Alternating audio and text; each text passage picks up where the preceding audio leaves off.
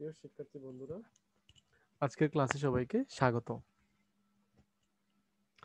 প্রতিদিনের মতো ক্লাসের শুরুতে আমি আমার পরিচয়টা দিয়ে দিতে চাই, যেহেতু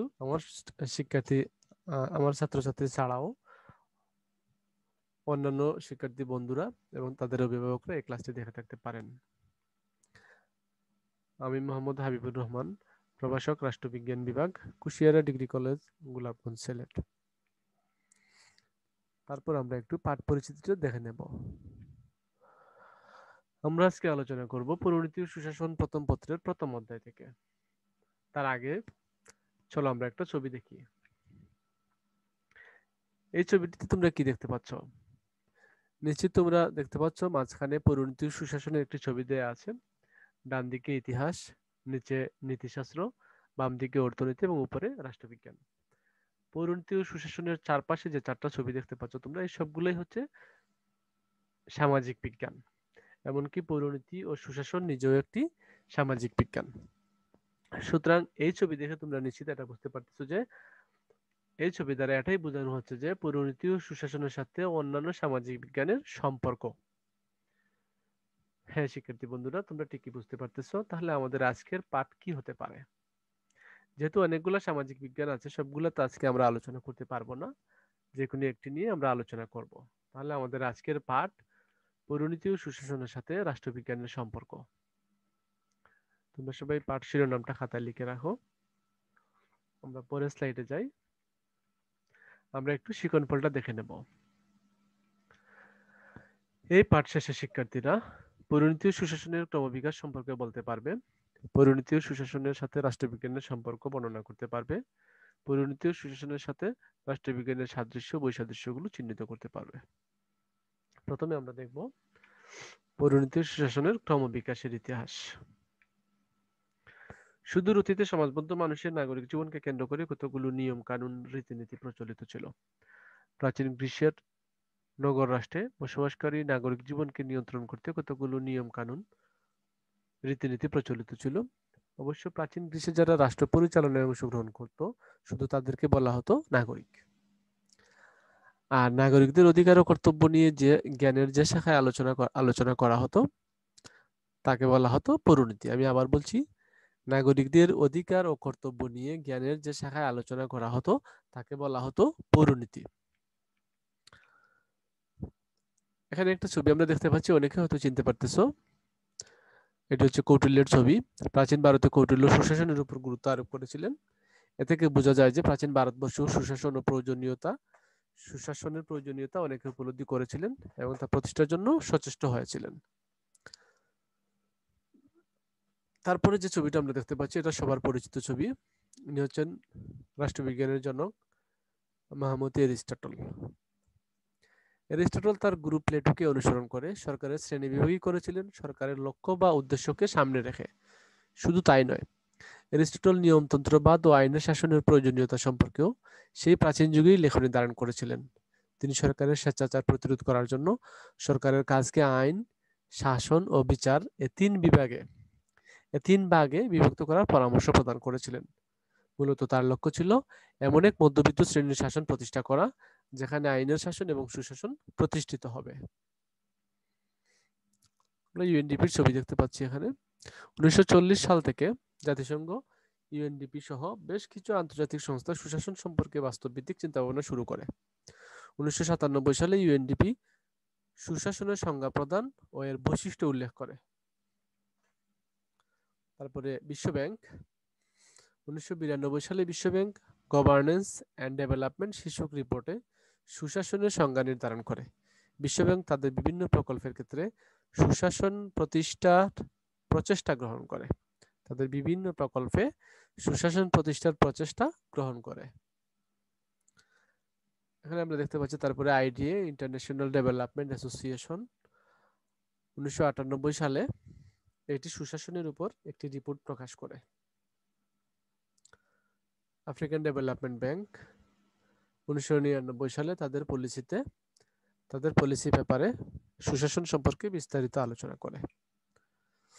বর্তমানে বিভিন্ন দাতা গোষ্ঠী ও আন্তর্জাতিক সহযোগিতা সংগঠন অনুন্নত ও উন্নয়নশীল রাষ্ট্রগুলোকে সাহায্য, সহযোগিতা ও সহায়তা প্রদানের বেলায় সুশাসন প্রতিষ্ঠাকে অন্যতম পূর্বশর্ত হিসেবে ঘোষণা করে।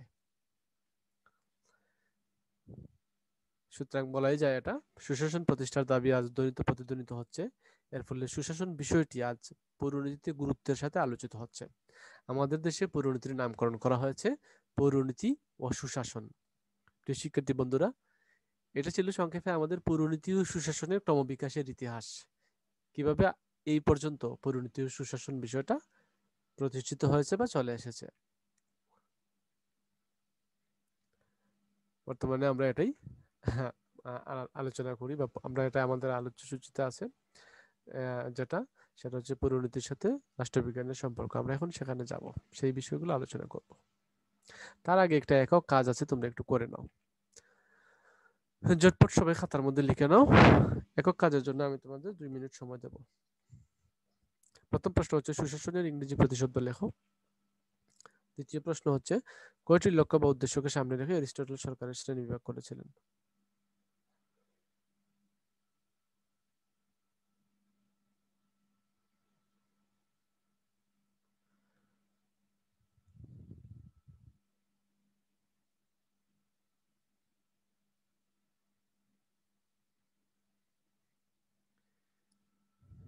আশা করি 2 মিনিটের মধ্যে তোমরা এটা লিখে নিতে পারবে। সবাই ঝটপট খাতা খুলে লিখে নাও।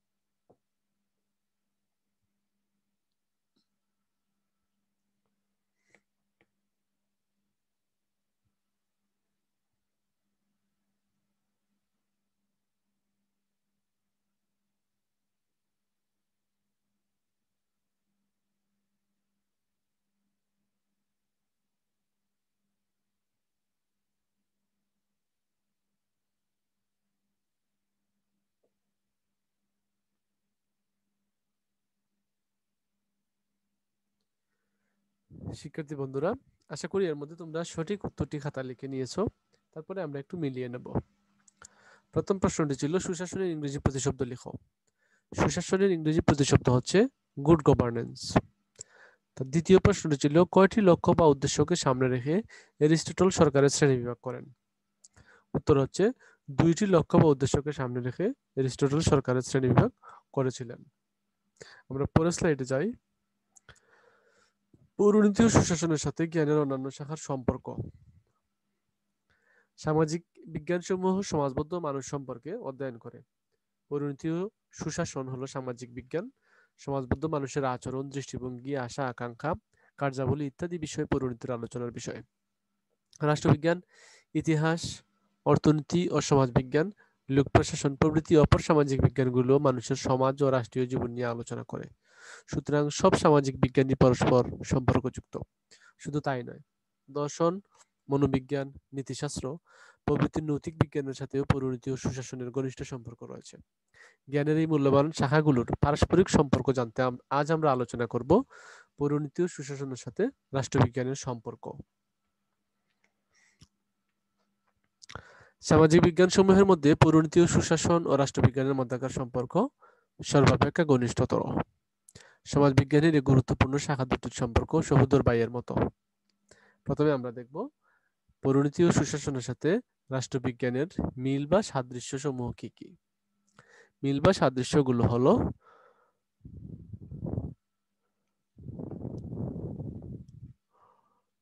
উৎপত্তিগত ও অর্থগত অভিন্নতা।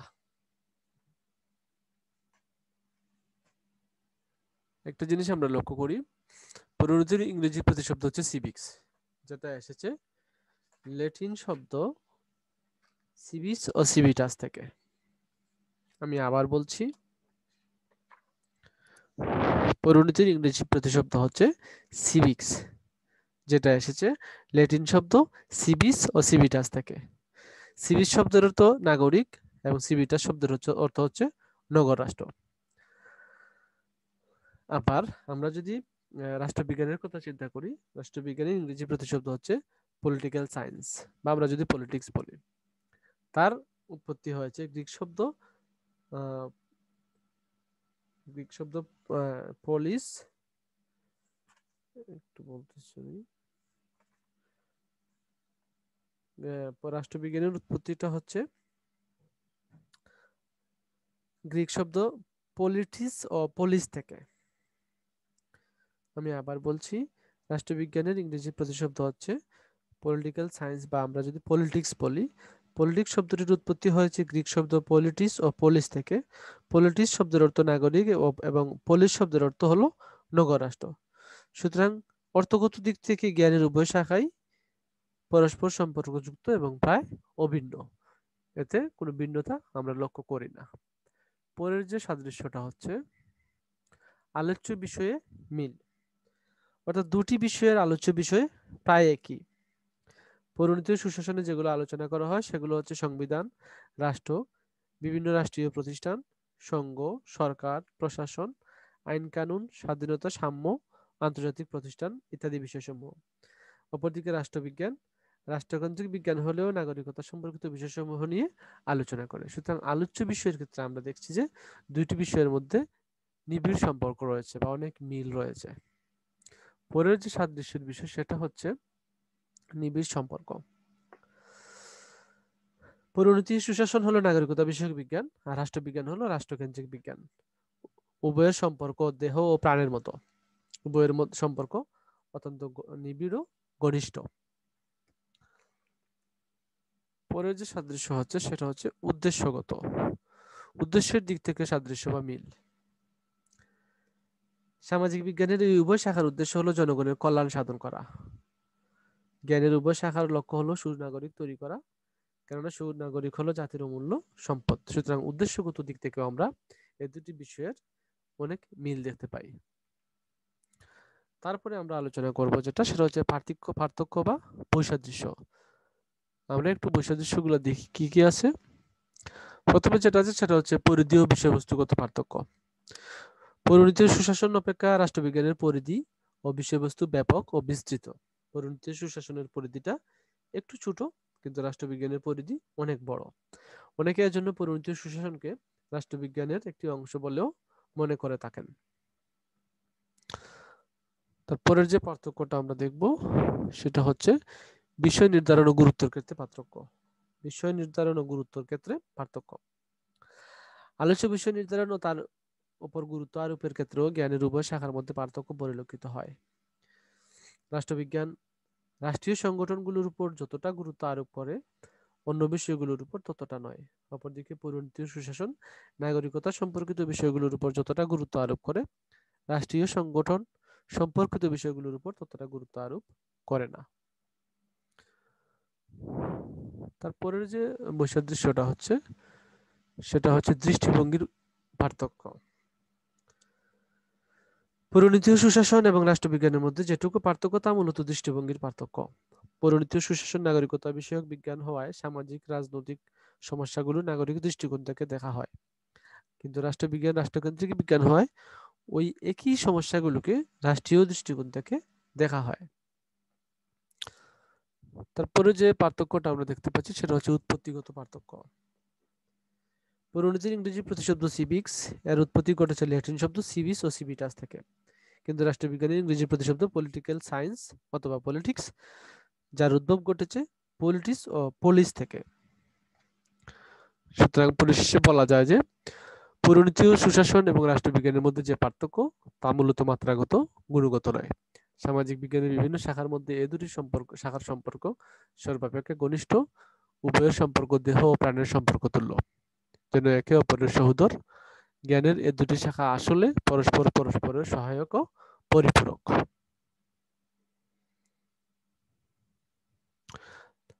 প্রিয় শিক্ষার্থী বন্ধুরা, তারপরে একটু দলীয় কাজ আছে তোমাদের জন্য। জাস্ট একটু প্রশ্নগুলো তোমরা লিখে রাখো, যেহেতু অনলাইনে আমরা দলীয় কাজগুলো করতে পারবো না। তোমাদের জন্য আমি এটা দিচ্ছি, তোমরা সবাই বাসায় নিজে নিজে বা আশেপাশে যদি থাকে তাকে নিয়ে বা নিজে নিজে আলোচনা করে করে রাখবে। প্রশ্ন হচ্ছে সুশাসনের ধারণা একদিনে গড়ে ওঠেনি। আলোচনা করো, একটু আলোচনা করে এটা তোমরা লিখে রাখবে বাড়ির কাজের সাথে। এই কাজটাও তোমরা আমাকে জমা দিয়ে দেবে গুগল লিংকে, এই যে গুগল ফর্মের যে লিংক দেবো সেই লিংকে। তারপরে তোমাদের জন্য এখানে একটা মূল্যায়নের ব্যবস্থা করে রাখা হয়েছে। আজকের ক্লাসে আমরা যা যা বললাম, আধুনিক রাষ্ট্রগুলো মূলত কেমন, 2 নম্বর প্রশ্ন হচ্ছে কোন প্রতিষ্ঠান প্রথম সুশাসন পদ্ধতি ব্যবহার করে, 3 নম্বর হচ্ছে পলিটিক্স ও পলিস শব্দের অর্থ কি। একটু সবাই প্রশ্নগুলো লিখে নাও এবং উত্তরগুলো লিখে নাও। আমি তোমাদের কিছু সময় দিচ্ছি, 3 মিনিটে আশা করি হয়ে যাবে। 3 মিনিট সময় দিচ্ছি তোমাদের।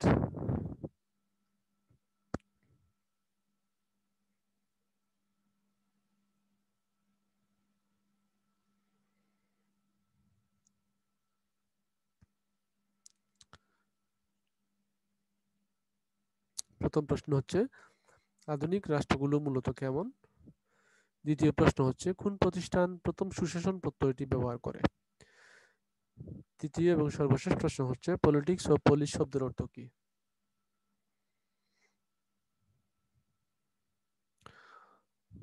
আধুনিক রাষ্ট্রগুলো মূলত কেমন, কোন প্রতিষ্ঠান প্রথম সুশাসন পদ্ধতি ব্যবহার করে, পলিটিক্স ও পলিস শব্দের অর্থ কি। একটু লিখে নাও সবাই চটপট।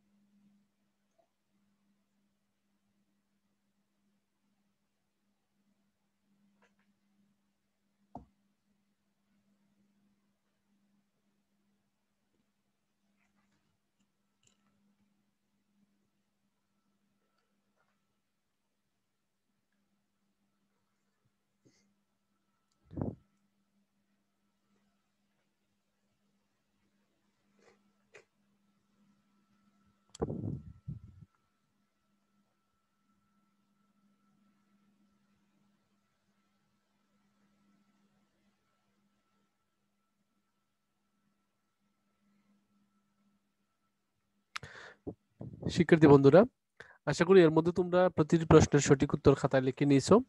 আমরা এখন একটু মিলিয়ে নেব। আধুনিক রাষ্ট্রগুলো মূলত কেমন, উত্তর হচ্ছে আধুনিক রাষ্ট্রগুলো মূলত জনকল্যাণমূলক রাষ্ট্র। তারপরের প্রশ্নটা ছিল কোন প্রতিষ্ঠান প্রথম সুশাসন পদ্ধতি ব্যবহার করে, সেটা হচ্ছে বিশ্বব্যাংক প্রথম সুশাসন পদ্ধতি ব্যবহার করে। 3 নম্বর প্রশ্ন ছিল পলিটিক্স ও পলিস শব্দের অর্থ কি। পলিটিক্স পলিটিক্স শব্দের অর্থ নাগরিক এবং পলিস শব্দের অর্থ হলো নগর রাষ্ট্র। এ ছিল মূল্যায়ন। তোমাদের জন্য একটা বাড়ির কাজ আছে, বাড়ির কাজটা সবাই খাতায় লিখে নাও। আধুনিক রাষ্ট্রের লক্ষ্য হওয়া উচিত সুশাসন প্রতিষ্ঠা, উক্তিটি মূল্যায়ন করো। আমি আবার বলছি, আধুনিক রাষ্ট্রের লক্ষ্য হওয়া উচিত সুশাসন প্রতিষ্ঠা, উক্তিটি মূল্যায়ন করো। সবাই খাতার মধ্যে লিখে নাও। বাড়ির কাজ, দলীয় কাজের যে প্রশ্নটা ছিল সেটা তোমরা সবাই খাতার মধ্যে লিখে মোবাইল দিয়ে ছবি তুলে আমি একটা লিংক আমাদের গ্রুপে দিয়ে দেব, সেই লিংকে জমা দিয়ে দেবে সবাই। আজকের ক্লাসে যুক্ত হওয়ার জন্য সবাইকে আমি ধন্যবাদ জানিয়ে আজকের ক্লাস এখানেই শেষ করছি। সবাইকে অসংখ্য ধন্যবাদ।